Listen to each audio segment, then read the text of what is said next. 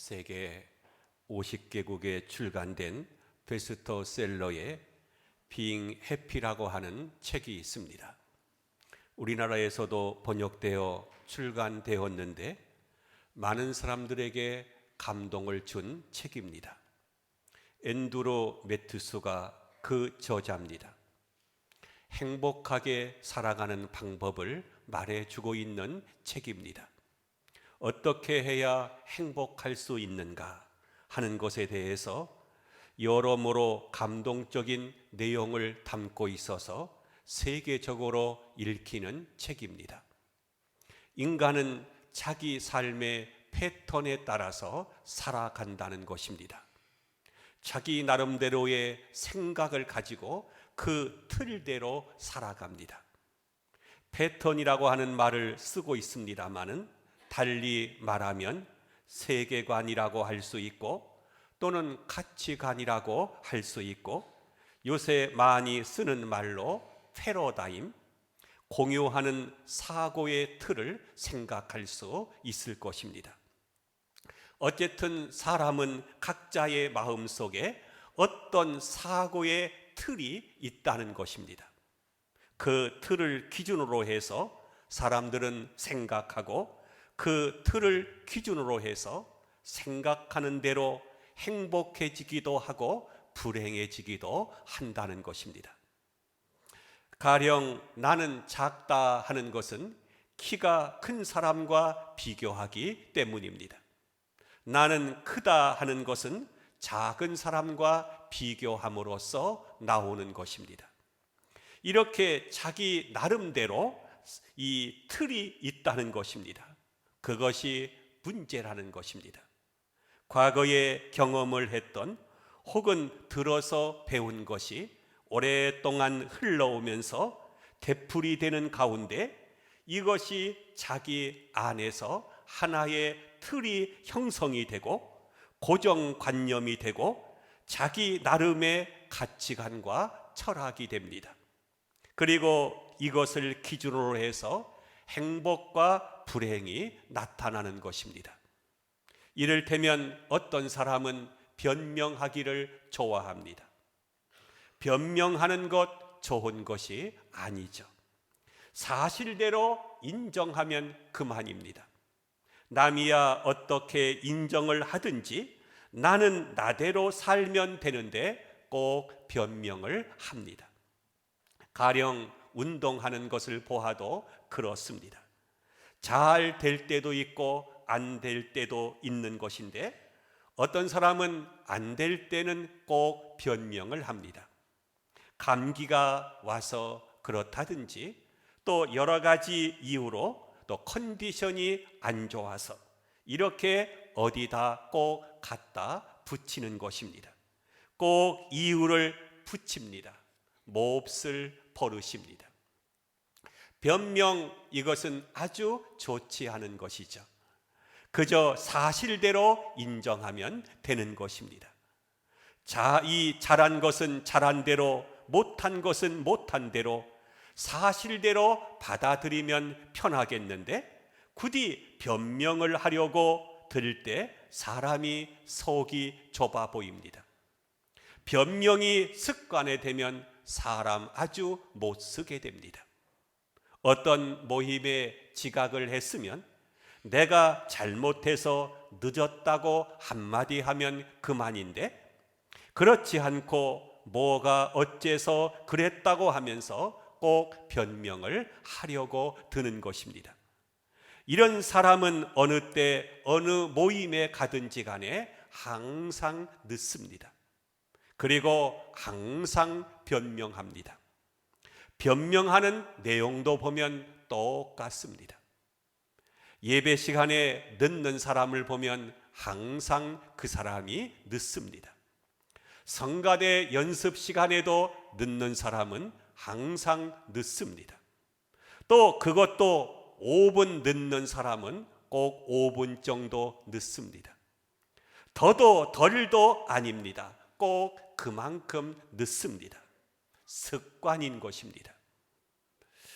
멀리 사는 사람은 일찍 나오는데 오히려 가까이 사는 사람이 늦는 경우도 있습니다. 이것을 보면 거리 때문이 아닌 것입니다. 습관 때문입니다. 변명하는 사람은 불행합니다. 그 사람 오늘 또 늦을 거야. 늦게 와서 꼭 변명할 거야. 거봐, 내가 그럴 줄 알았어. 또 늦고 변명할 줄 알았어. 남들로부터 이런 소리를 듣고 살 것이 아닌 것입니다. 빙 해피의 저자는 말합니다. 사람들이 지닌 가치관에는 두 가지 유형이 있는데 하나는 긍정적인 것이고 또 하나는 부정적인 것입니다. 어떠한 경우에든지 긍정적으로 보고 행복을 찾는 사람이 있는가 하면 꼭 부정적으로만 보고 스스로 불행해지는 사람들이 있다는 것입니다. 이런 사람을 어떻게 구제할 수 있을까? 부정적으로 기울어지는 사람을 어떻게 치료할 수 있을까? 여기에 대해서 지혜 있는 서술을 하고 있습니다. 첫째로 칭찬을 받아들이라 라고 말합니다. 남이 나를 칭찬할 때에 순수한 마음으로 고맙습니다. 저를 좋게 봐주시니 감사합니다. 이렇게 받아들이라는 것입니다. 그런데 남이 칭찬할 때 꼭 남을 비판하는 사람이 있습니다. 이거 나를 칭찬하는 것이 아니라 날 비웃는 것 아냐? 뭔가 뒤에 깔린 게 있지 하면서 이 생각을 하는 것입니다. 여러분 스스로 한번 생각을 해보시기 바랍니다. 어떤 사람이 나를 칭찬할 때 액면 그대로 깨끗한 마음으로 고맙습니다 라고 받아들이는 편입니까? 아니면 마음속에 삐뚤어진 마음이 있으십니까? 칭찬을 순수한 마음으로 받아들일 수 있어야 한다는 것입니다. 두 번째로 남을 칭찬하라 라고 말합니다. 어떤 사람을 보면 한평생 동안 남을 한 번도 칭찬해 본 적이 없는 사람이 있죠. 아이들을 놓고도 잔소리만 했지 칭찬하는 것을 들어보지 못했습니다. 여러분 한번 스스로 생각해 보시기를 바랍니다. 나는 하루에 남을 몇 번이나 칭찬하는지. 어떤 사람은 내가 남을 칭찬하게 되면 나는 낮아지는 것으로 생각합니다. 아닙니다. 남을 높이는 순간 나도 함께 높아진다는 것을 알아야 할 것입니다. 내가 남을 칭찬하면 그 사람도 나를 칭찬할 것입니다. 그러므로 부디 열심히 칭찬할 것입니다. 아이들을 가르치는 일 간단한 일입니다. 칭찬하면 되는 것입니다.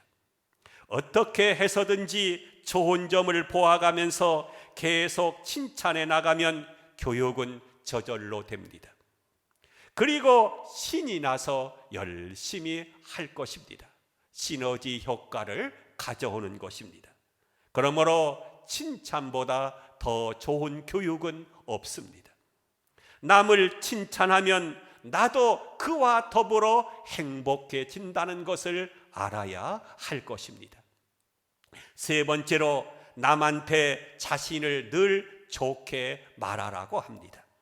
무슨 말인고 하니 내가 괴로운 일을 당했으면 나 혼자 끝낼 것이지 남에게까지 드러내지 말라는 것입니다. 몸이 아픕니다. 그러나 여기저기 아프다고 하면서 온 집안을 못 살게 들볶아서는 안 될 것입니다. 아픈 것 좀 참으십시다. 소리 지른다고 해서 덜 아파지나요? 점점 더 아파질 뿐입니다. 내가 어려울 때 나 혼자 당할 생각을 하고 될 수 있으면 다른 사람에게 무거운 짐을 지우지 않겠다고 하는 배려 의식이 필요한 것입니다.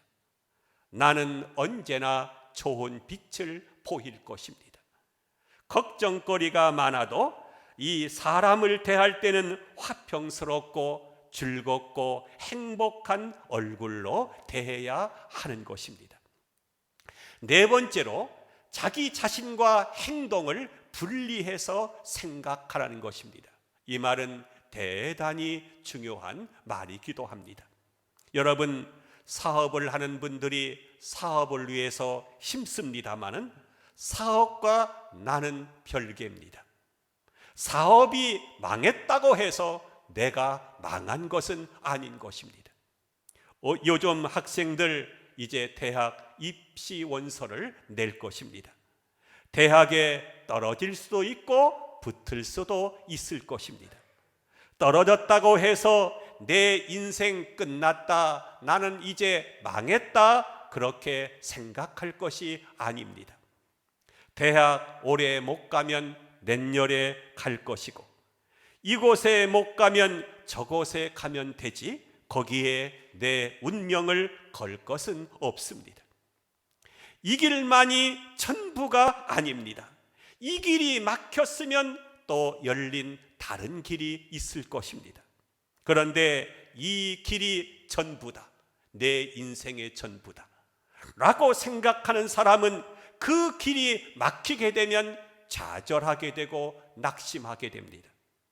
어떤 학생은 수능 시험을 잘못 봤다고 해서 심지어는 자살까지 하는 학생들을 간혹 보게 됩니다. 이런 사람은 불행한 사람입니다. 시험은 시험이고 나는 나입니다.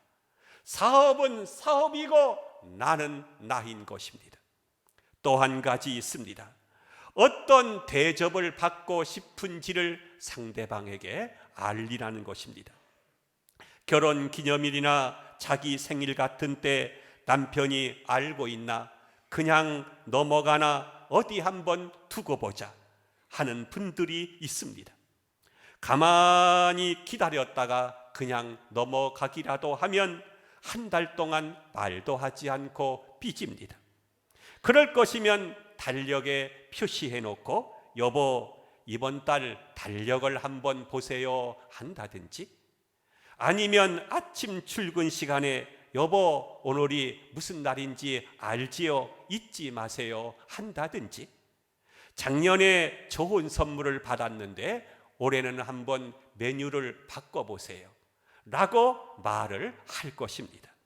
그런데 알아주나 안 알아주나, 안 알아주면 나는 불행하다, 결혼을 아무래도 잘못한 것 같다, 이렇게 생각하면 행복할 수가 없는 것입니다. 왜 이래야 되는 것입니까? 남이 나를 어떻게 대해주기를 바란다면 그것을 지혜롭게 알려야 할 것입니다. 좀 더 솔직하게, 좀 더 진지하게 말입니다. 그것이 바로 행복할 수 있는 비결이기도 합니다. 오늘 성경을 보면 아주 높은 차원의 기쁨이 있습니다. 본문 29절 끝에 보면은요, 세례요한이 이렇게 말하죠. 나는 이러한 기쁨으로 충만하였노라. 이러한 기쁨이라고 하는 것이 무엇입니까? 요한의 마음속에는 절대적인 기쁨, 넘치는 기쁨, 아무도 빼앗아갈 수 없는 기쁨을 가지고 있었습니다. 이러한 기쁨이 어디에서 오는 것일까요? 먼저는 질투가 없는 데서 옵니다. 질투하는 마음은 사람을 썩게 만듭니다. 잠언서에 보면 시기는 사람의 피와 골수를 마르게 한다고 했습니다. 그러므로 질투는 참으로 무서운 병입니다. 여러분, 세례 요한을 보십시오. 세례 요한이 예수님께 세례를 행했습니다.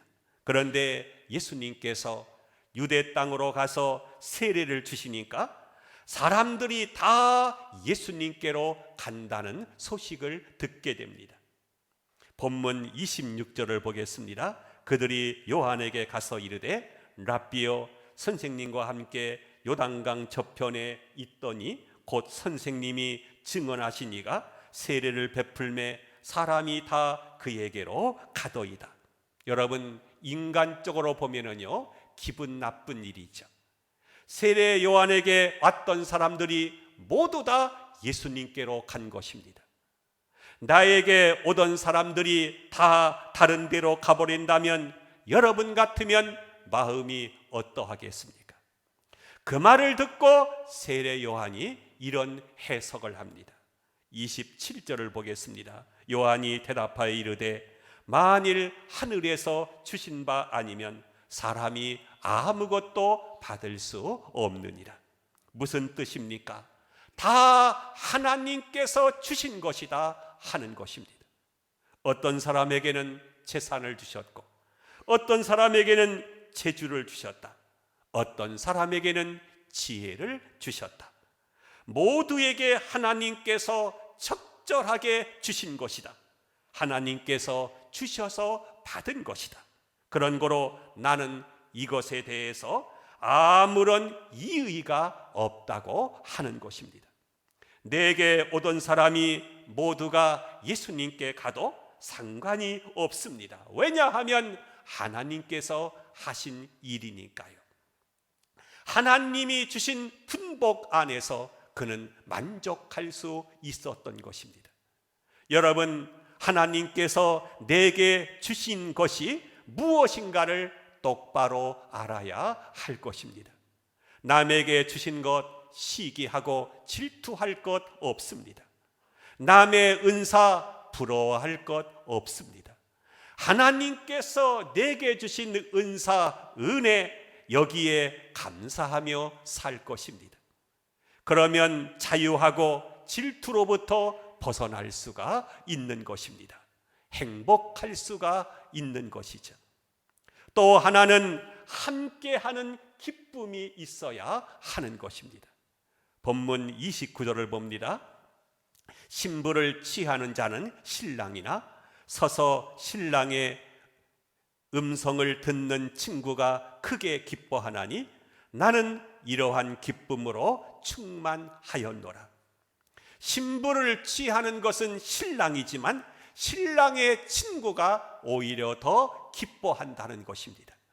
상대방이 기뻐할 때 함께 기뻐할 줄 아는 사람이 행복합니다. 어느 구역에 고등학교 3학년 학생이 3명이나 있었습니다. 온 구역원들이 그 셋을 위해서 함께 기도하는 것입니다. 하나님 아버지, 이 세 학생이 이제 입학시험을 보게 되었습니다.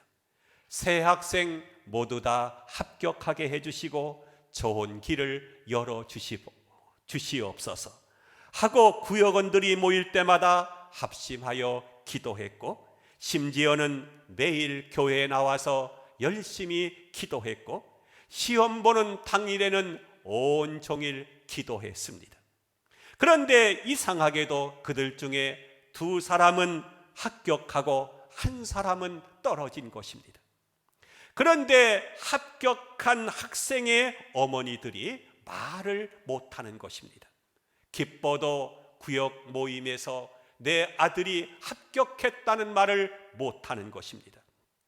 왜냐하면 떨어진 쪽에 마음이 아프겠으므로 기쁘다는 말을 못하고 있는 것입니다. 이제 말을 할 사람이 누구이겠습니까? 떨어진 학생의 어머니만이 말을 할 수가 있는 것입니다. 그런데 그 떨어진 학생의 어머니가 합격한 2 학생과 구역원들까지 다 초청해서 잔치를 한 것입니다. 너희들이 학교에 입학한 것을 진심으로 축하한다. 내 아들이 비록 떨어졌지만 우리 구역에서 2사람이나 합격했으니 얼마나 좋으냐 하면서 잔치를 벌인 것입니다. 그런데 여러분, 보통은 어떻습니까? 우리들 같으면 어떻게 하겠습니까? 창피해가지고 얼굴 들고 못 다니겠다. 이제는 밖에도 못 다니겠다. 남의 자식들은 다 합격을 했는데 내 아들만 떨어졌으니 내 어찌 고개를 들고 살 수 있겠느냐 할 것입니다. 몹쓸 심사인 것입니다. 그런데 그 어머니는 마음을 열고서 내 자식이 떨어졌어도 다른 아이들 합격한 것을 축하해 준 것입니다. 이것이 떨어진 자의 어머니만이 할 수 있는 일인 것입니다. 그렇게 잔치를 했는데 그 다음 해에 그 집사님의 아들이 더 좋은 대학에 들어간 것입니다. 당연히 그럴 것입니다. 이것이 아름다운 마음에 내리시는 하나님의 축복인 것입니다. 더불어서 기뻐하는 것입니다.